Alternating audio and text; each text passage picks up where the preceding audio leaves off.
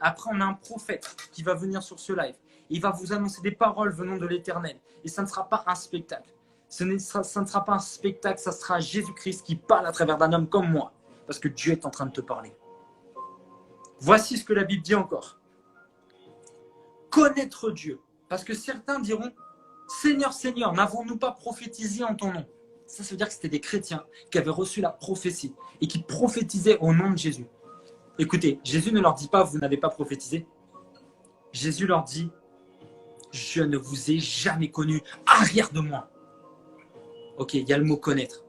Le mot connaître, Dieu, dans la Bible, c'est comme quand Joseph n'avait pas eu de relation sexuelle avec Marie. La Bible dira, écoutez bien, Joseph n'avait jamais connu Marie. Le mot connaître, c'est-à-dire en relation du mariage, c'est le même mot que Dieu. C'est-à-dire qu'il y a une notion d'intimité. Oh, la Bible déclare, lorsque tu pries, ne va pas dans une église, ne va pas devant les gens, ne va pas devant une rue pour crier fort, mais va dans la chambre, dans le lieu secret, in the secret place. Va dans le lieu secret, dans l'intimité avec Dieu. Et oh là là là là, je sens une gloire dans ce live. Dieu, oh Jésus, Dieu va parler à quelqu'un aujourd'hui. Mais tu dois t'assurer de le connaître dans l'intimité. Si tu n'es pas l'intime de Jésus, Jésus dira, je ne te connais pas. Je ne te connais pas. Je ne te connais pas. Je ne te connais pas. Tu dois t'assurer d'aller au ciel en le connaissant déjà sur terre. Comment veux-tu rejoindre un Dieu que tu n'as pas connu? Apprends à le connaître dans l'intimité. Arrête d'aller sur Netflix et faire, comme dit l'évangéliste Jean-Claude, des marathons Netflix. Oh, il faut que je finisse les 6 saisons de Murder. Oh, il faut que je finisse Game of Thrones. Oh, il faut que je finisse telle série. Il faut que je finisse ça, ça, ça. Oh, il faut que je finisse Dynasty. Il faut que je finisse ça. Eh, écoute bien, écoute bien. Si tu fais un marathon Netflix, quel est le temps que tu accordes à Dieu? Ok, Dieu veut bien que tu regardes une série, mais je rééquilibre ta vie chrétienne. Je rééquilibre aujourd'hui ton intimité avec Dieu qui t'appelle. Comment veux-tu passer ton temps sur Netflix et aller au ciel? Oui, tu peux regarder une série, il n'y a aucun problème. Mais où sont tes priorités? Où sont tes priorités? Jésus dit, mais où est ma place? Où est ma place dans ta vie? Elle est où ma place? C'est ce que dit Jésus-Christ de Nazareth. Elle est où ma place? Toi, tu scrolles sur Instagram, tu scrolles, et tu es là comme ça, tu scrolles, mais tu cherches même pas. Écoute bien, tu scrolles pourquoi? Tu scrolles pourquoi? Pour plaire aux hommes, pour chercher des tenues, pour chercher des nouvelles paires, pour chercher des promos, pour chercher des trucs à faire. Ok, tu te soucies du corps en fait. Mais soucie-toi de ton âme. Où iras-tu après la mort? Où iras-tu après la mort? Où est-ce que tu vas aller? Tu es sur ce live, on est bientôt 6000. Pourquoi les 6000 là? Quelle est votre relation avec Dieu? Quelle est votre relation avec Dieu? Tu vas aller où? Tu vas aller où quand tu... Non, franchement, tu meurs aujourd'hui, tu vas où? Tu vas où? Tu vas aller au ciel? Es-tu l'intime de Dieu? Ok, il y a 3 dimensions avec Dieu. Il y a enfant de Dieu, fils de Dieu, épouse de Christ. Ça, c'est les 3 dimensions dont la Bible parle. On est enfant par adoption, on est fils par maturité, mais on est épouse par choix. Ok, Dieu t'adopte. Aujourd'hui, Dieu est en train de t'adopter. Il y a quelqu'un aujourd'hui qui se réconcilie avec Dieu. Amen. Tu vas devenir son ami. Ok, là, tu es son enfant. Ok, Jésus te parle. Écoute bien, on a Boris Baker qui est sur ce live. Que Dieu te bénisse, mon frère. Et n'hésite pas à partager parce que ce qui est libéré aujourd'hui, c'est bien au-delà de ce que le monde donne. Il y a une réalité incroyable, c'est la vie après la mort. Et moi, je suis venu aujourd'hui comme un évangéliste vous annoncer la parole de Dieu. Et je vais vous dire ceci, lorsqu'on meurt, on ne reste pas sur terre. La Bible dit, tu retourneras poussière, mais ton âme, elle ne meurt pas. Ton âme ne meurt pas. Et ton âme va aller quelque part, soit dans le séjour des morts, soit dans le séjour de Dieu. Mais c'est selon ta relation avec l'Éternel. Ta relation avec l'Éternel. Comment veux-tu aller au ciel si tu as méprisé Dieu toute ta vie? C'est incroyable. Comment veux-tu aller au ciel? La bonne nouvelle de l'évangile, c'est que tu n'as pas à payer pour tous tes péchés si tu reconnais aujourd'hui que Jésus est mort pour toi. En fait, regarde. Ok. Aujourd'hui, moi, je regarde les vidéos de Boris Baker qui est connecté. Je trouve ça cool. Moi, j'aime bien ce que tu fais, mon frère. Et c'est incroyable. Moi, ça me fait rire. Mais je me dis, il y a un temps pour tout. Il y a un temps pour rire, il y a un temps pour s'habiller, n'est-ce pas? J'ai acheté ça à Zara, c'est super, ok? Mais il y a un temps pour se dire, est-ce que ma vie elle est en règle avec Dieu? Est-ce que ma vie elle est en règle avec Dieu? Parce que la religion, c'est pas simplement, en fait, c'est même pas une religion en fait que je vous prêche. La religion, c'est les moyens des hommes pour atteindre Dieu. Mais la relation, c'est Dieu qui est descendu parmi les hommes. Les hommes n'arrivaient pas à atteindre Dieu, alors Dieu est descendu lui-même. Alléluia, il est incroyable. Alors, je vais vous dire quelque chose. Ok, la Bible nous donne un livre, la révélation de l'Apocalypse. C'est à toute la fin, c'est à la fin. Ok, dans Apocalypse 3, il y a un message à 7 églises. 7 églises qui représentent 7 temps dans l'histoire. Ok, 7 temps dans l'histoire.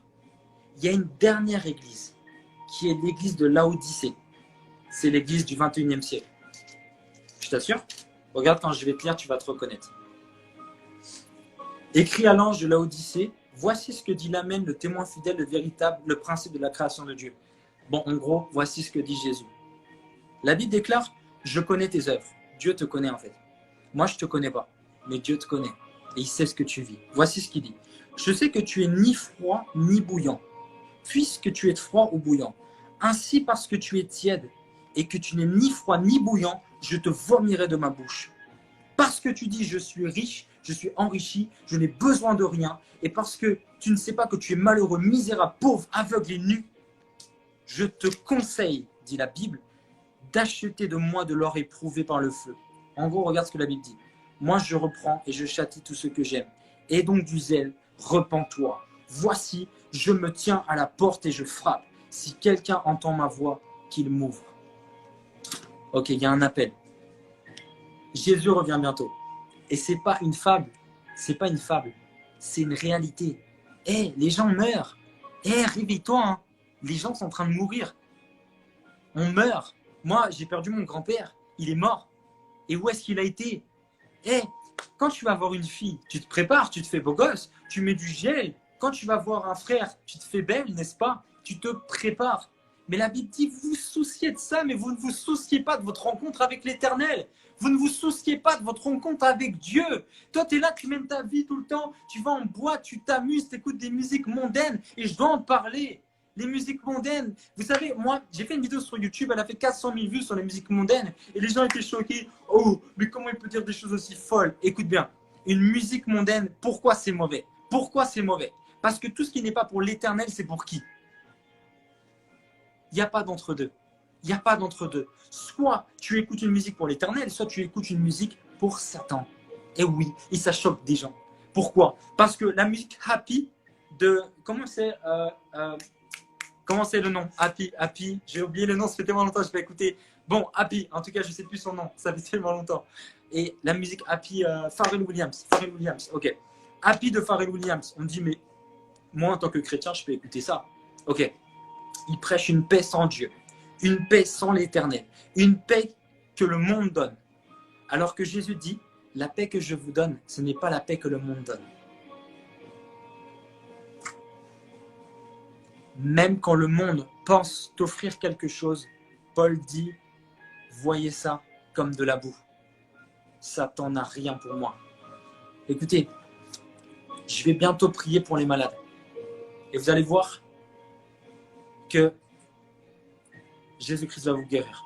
Ce n'est pas un spectacle. Hein. Moi, j'ai donné ma vie à Jésus il y a 5 ans. Et aujourd'hui, je vous annonce ce qu'il a fait dans ma vie. Et Dieu va faire quelque chose d'incroyable. Voici, Dieu te demande de ne plus être tiède. Si tu veux rester et être sauvé, tu ne dois plus être tiède. Est-ce que quelqu'un aujourd'hui veut être bouillant pour le Seigneur? Non. Vous dormez. Est-ce que quelqu'un veut être bouillant pour le Seigneur? Bouillant pour le Seigneur. Écris, je vais être bouillant pour le Seigneur. On arrive à notre prochain orateur très prochainement, mais je vous en supplie, restez là. Émeraude, est-ce que tu peux mettre ce que je te dis? Merci. Voici. La Bible dit dans Hébreux 10, n'abandonnez pas votre assemblée comme c'est la coutume de quelques-uns, mais exhortons-nous réciproquement, et cela d'autant plus que vous voyez s'approcher le jour. On est toujours dans les temps de la fin. On est toujours dans les temps de la fin. On est toujours dans les temps de la fin. On est toujours dans les temps de la fin. Écoutez, la Bible dit, vous voyez s'approcher le jour, à cause des guerres, à cause de l'amour qui refroidit. Mais Dieu fait ceci, La Bible déclare, car si nous péchons volontairement après avoir reçu la connaissance de la vérité, il ne reste plus de sacrifice pour nos péchés. Cette parole me scandalise. Comment tu dis que tu es chrétien, mais tu demeures dans le péché? Tu demeures dans le péché.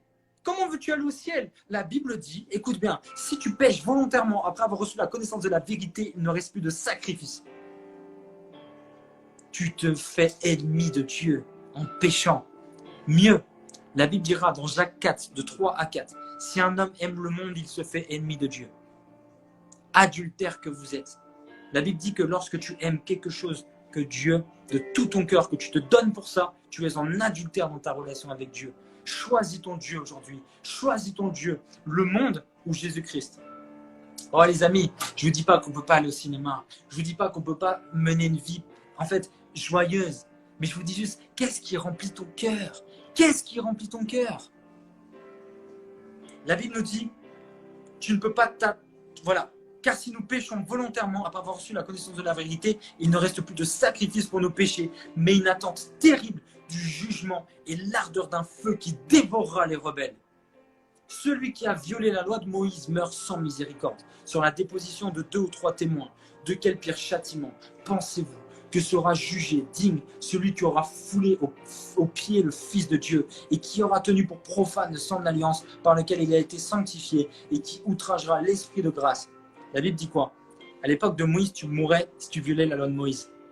Maintenant, toi, tu violes ce que Jésus a fait. Comment tu vas être jugé?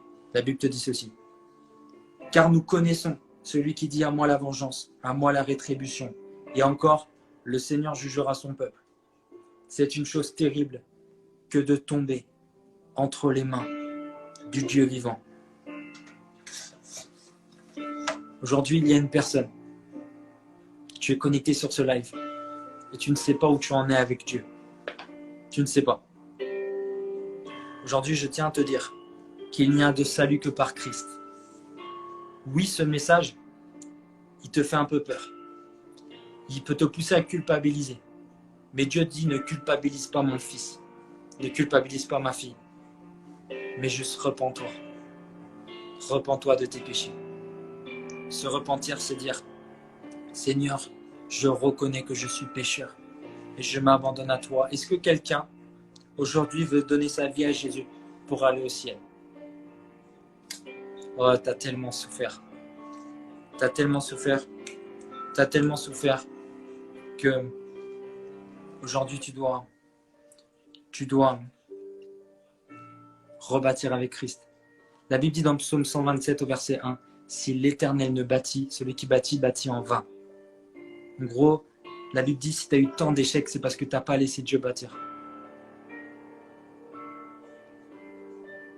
Hey, c'est pas un live, c'est Dieu qui te parle. Dieu te parle.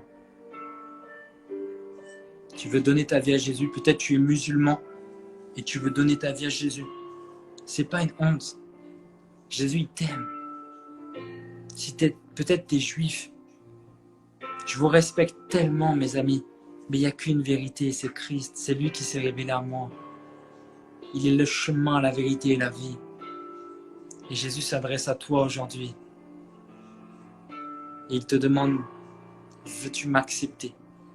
On a lu tout à l'heure, voici je frappe à la porte. Si quelqu'un me laisse entrer, je viendrai souper avec lui. Souper, c'est la réconciliation.